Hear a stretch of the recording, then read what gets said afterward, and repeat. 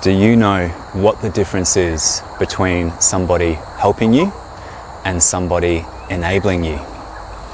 Stay tuned to find out the difference between these very two different concepts, and we're going to go through some real life examples pertaining to the workplace, the family unit, and also romantic relationships. Enabling is making something possible, practical, or easy for someone to do or be. That often perpetuates a problem rather than solving it. An enabler may indirectly support or even justify another person's toxic or unhealthy behavior towards others and even themselves. That doesn't mean that all enablers are a villain. Many of the enablers are simply just trying to help out because they perceive somebody is going through a hard time or has some sort of ongoing problem or issue that they have, and they're just trying to lend a hand. So to clarify the difference between helping and enabling, helping is doing something for someone else that they cannot do for themselves.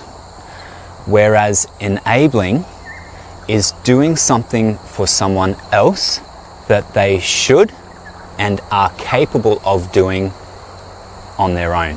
While enablers are not the source of the problem, they play a significant role in the perpetuation and continuation of unhealthy, toxic behaviors and patterns in the person that they're trying to help. Some examples of how enablers contribute. Enablers accept the version of the other person's events as either truth or gospel. They don't question that version or sit down and have those hard conversations about what really happened and what's really going on. Enablers may lie or cover for a person. Enablers may lend or give money. Enablers may ignore poor treatment that they witness the other person doing, or even worse, they will ignore the poor treatment that they receive from the other person and just simply want to keep the peace. They don't want to rock the boat, they don't want to have the hard conversations, and to be blunt, the enabler, generally speaking, is quite emotionally weak. They're not prepared to confront the other person, they're probably averse to confrontation and looking at deep diving into the truth, looking at the source of the issue, the source of the problem. It's just not for them. They'd rather just be there to enable. Unfortunately, that enabling ends up disabling the very person that they're trying to possibly help. So what might this look like in the real world? Well, we're going to have a look at an example from the workplace, the family unit, and also a romantic relationships example.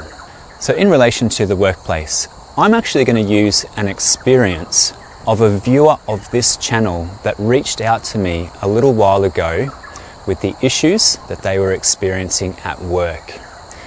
Essentially, this person would attend their place of work and they would be involved in a team.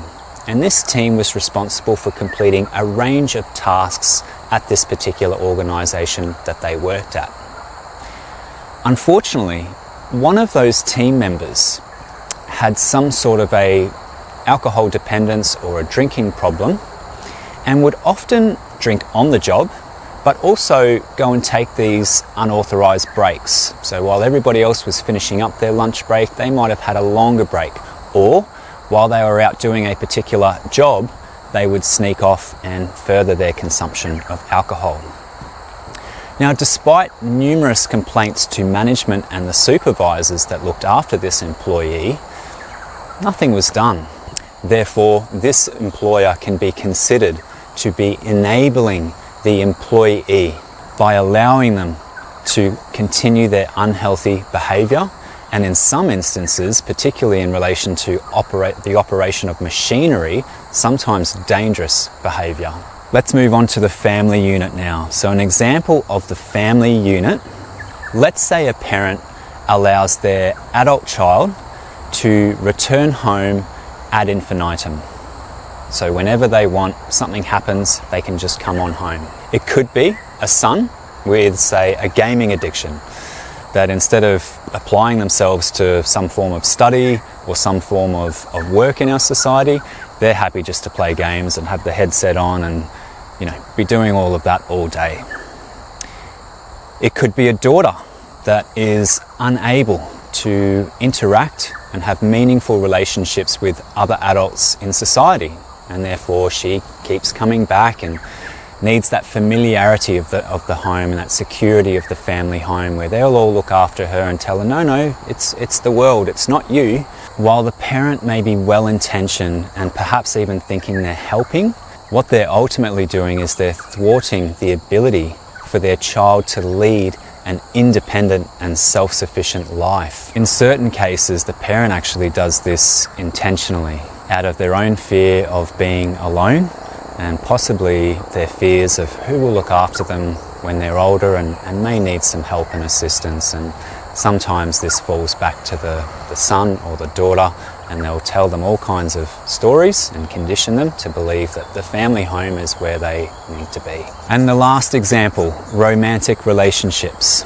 Let's pretend that you are in a relationship with a partner that belittles you, shames you, and puts you down regularly. They do this because fundamentally they are insecure and they don't feel good about themselves, and rather than taking responsibility for that, they just project onto you and get angry at you and say that you're not good enough and things are your fault, etc.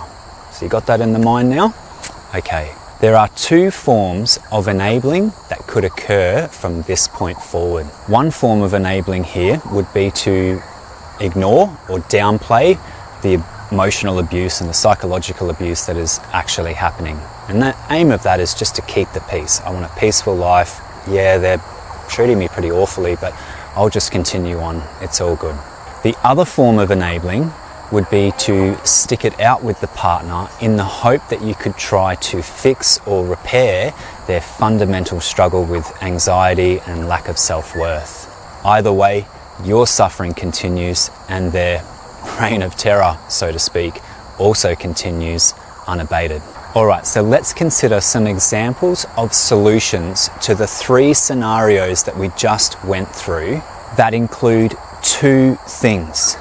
One is clear expectations and the other is some sort of time limit. So let's go back to the employee who's taking those extra breaks, drinking on the job, just basically not pulling their weight at the workplace. The employer needs to step up, can either provide some financial assistance or look at the provision of some time off for counselling, therapy, some sort of professional help for this employee. And then provide a time limit. So for example, within the next 6 weeks, the behaviour has either changed or disciplinary action will need to be taken. Let's have a look at the parent that keeps taking in that adult child that should be out fending for themselves but isn't. The parent could say, all right, you can move back in for a period of 3 months. That'll give you some time and some security. And in that time, you're to look at options to study, options to work. We're going to have some deep chats about what's happening in your life, and then transition at the end of that 3 months to looking at getting back out into either a share accommodation or a place of your own, and that's the deal for coming back home. If you don't accept it, there's no coming back home. In regards to the romantic relationship, the solution could be for you to say to this partner, as much as I love and care about you, I refuse to continue to be psychologically projected upon, emotionally abused. I'm asking that you either deal with this on your own, or we could deal with it as a couple, or you could get professional help. Something needs to happen, and I'm going to give it 4 weeks, and if something hasn't happened by then, we're going to need to seriously look at the future of this relationship.